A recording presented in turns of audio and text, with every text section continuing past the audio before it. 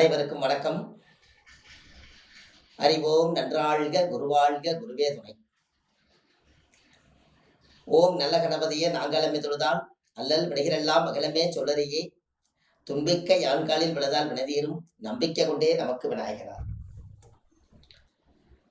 இப்பொழுது ஜாமக்கோல் பிரசன்னம். எல்லா மக்களும் நலமோடு இதை தெரிந்து கொள்ள வேண்டிய அற்புதமான ஒரு ஜாமக்கோல் பிரசனத்தை பற்றி இன்றைக்கு பார்ப்போம். பாரம்பரிய திருவள்ளுவர் குல வம்சம் பிரசன்ன ஜோதிடர் சுப மாரிமுத்து இந்த பதிவு உங்களுக்காக. அதாவது இன்றைக்கு ஒரு அருமையான ஒரு பிரசன்னம். இன்னைக்கு நம்ம எல்லாரும் சேர்ந்து பார்க்கக்கூடிய பிரசன்னம். இந்த உலகத்துல இந்த பூமாதேவியை பத்தி இந்த பிரசன்னத்துல ஒருத்தர் கேள்வி கேட்கிறார். இவர் பிரசன்னம் பார்க்க வந்த நேரம் 22/7/2021 10:50 அதிகாலையில் பிரசனம் கேட்குறார். அந்த நேரம் நான் பிரசனம் போட்டிருக்கேன். அது விருச்சிக உதயம். உதயத்துறைக்கு செவ்வாய் வருது. இந்த உதயத்துறைக்கு செவ்வாய் வந்தாலே முதல்ல இவர் பிரசன்னத்துல கேள்வி சரியா தவறாங்கிறத முதல்ல ஆராய்ச்சி பண்ணுவோம். இந்த செவ்வாய் தான் பூமிகாரகன். அதனால இந்த பூமி தாயுடைய ஒரு அமைப்பு இந்த ஜாதகத்துக்கு நல்லா பொருந்தது. அப்போ நான் சொன்னேன், நீங்கள் கண்டிப்பாக இந்த ஜாமக்கோல் பிரசனத்தில் கண்டிப்பாக ரியல் எஸ்டேட்டு பூமி வாங்கி விற்கலாமான்னு கேள்வி கேட்க வந்திருக்கிறீங்க. அது சரியா தவறான? ரொம்ப சரிங்க, இது கரெக்ட் தான் சொல்லிட்டார். பிரசன்னமும் சம்மதிச்சிருச்சு. இதில் நான் ஒன்று கேட்டேன், ஐயா உதயாதிபதி உதயத்தை நோக்கி வந்தா ஒரு கேள்வியாளர் ஜெயிக்க போறாரு, நீங்க எத்தனை ஏக்கரை வாங்கி ரியல் எஸ்டேட் பண்றீங்கன்னு கேட்டேன். ஒரு மிகப்பெரிய ஒரு காடு, ஒரு தோட்டமாட்டம் இருக்குது. அந்த தோட்டத்துல ஒரு 10 ஏக்கரா பூமியை விலைக்கு கொடுக்குறாங்க.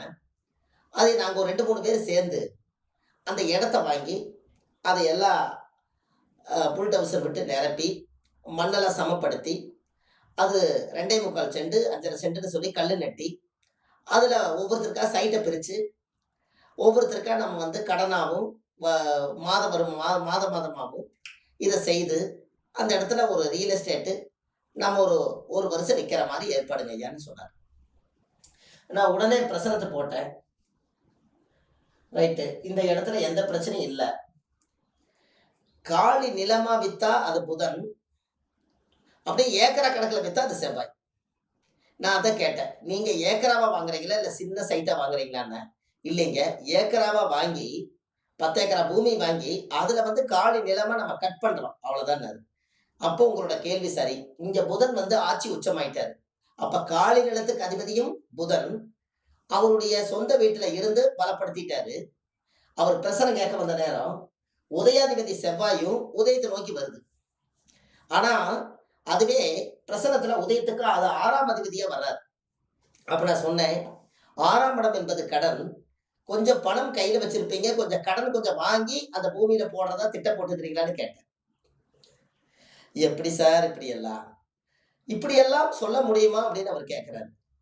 உண்மையாலுமே எங்ககிட்ட பைசா இல்லை, இருக்கிற பணத்தை ஒரு அட்வான்ஸ் பண்ணிட்டோம். ஏன்னா அந்த ஏக்கராவை கம்மி ரேட்டு கொடுக்குறாங்க, ஒரு அட்வான்ஸ் பண்ணிட்டோம். எங்கிட்ட கையில காசே இல்லை.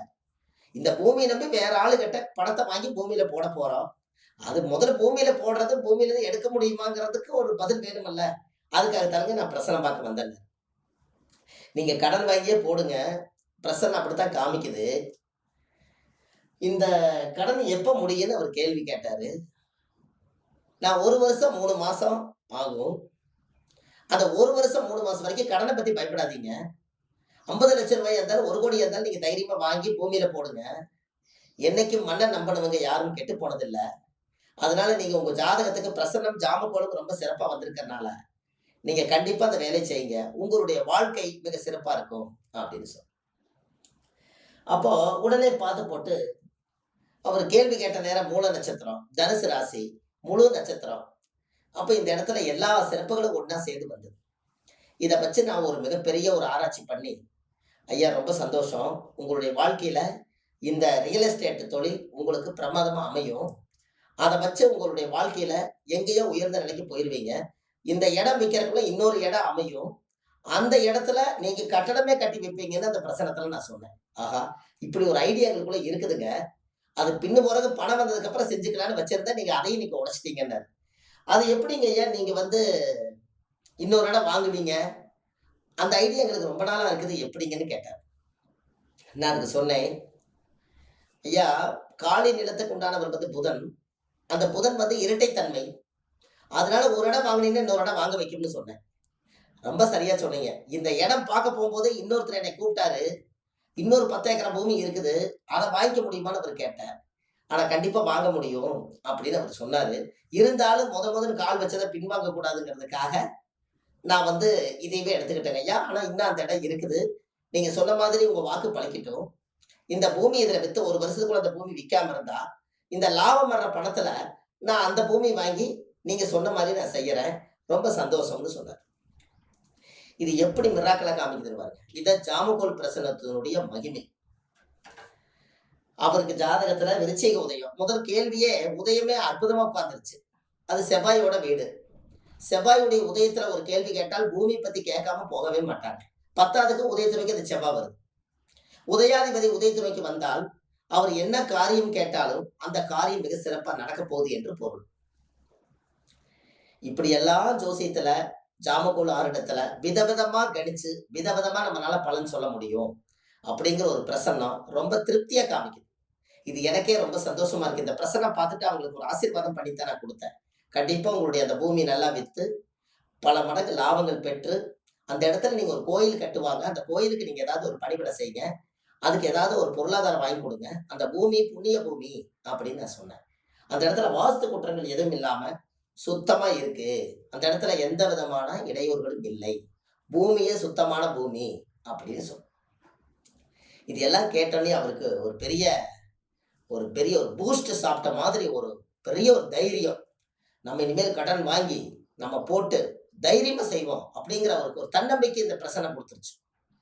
இதெல்லாம் வந்து வாழ்க்கையில தெரிஞ்சுக்க வேண்டிய விஷயம். இந்த மாரி ஒரு அற்புதமான ஒரு பிரசனத்த, இத உலகத்துக்கு கொண்டு போய் சேர்த்துங்க. அதுல எத்தனையோ மக்கள் பார்ப்பாங்க. தெரியாதவங்க தெரிஞ்சுக்குவாங்க. அது உங்கனால மட்டும் தான் முடியும். அது நீங்க சேர்த்துங்க. நல்ல விஷயத்தை நல்லோர்களுக்கு சொல்வது எல்லோருக்கும் நல்லது. அவ்வளவுதான். இது உங்களுக்கு இந்த மாரி ஒரு அற்புதமான ஒரு விஷயத்தில் ஒரு ஆழமான கருத்துக்கள் இருப்பதனால், இந்த பதிவை நான் உங்களுக்கு சமர்ப்பிக்கிறேன். மீண்டும் அடுத்த பதிவில் உங்களை சந்திக்கிறேன். நன்றி. வணக்கம்.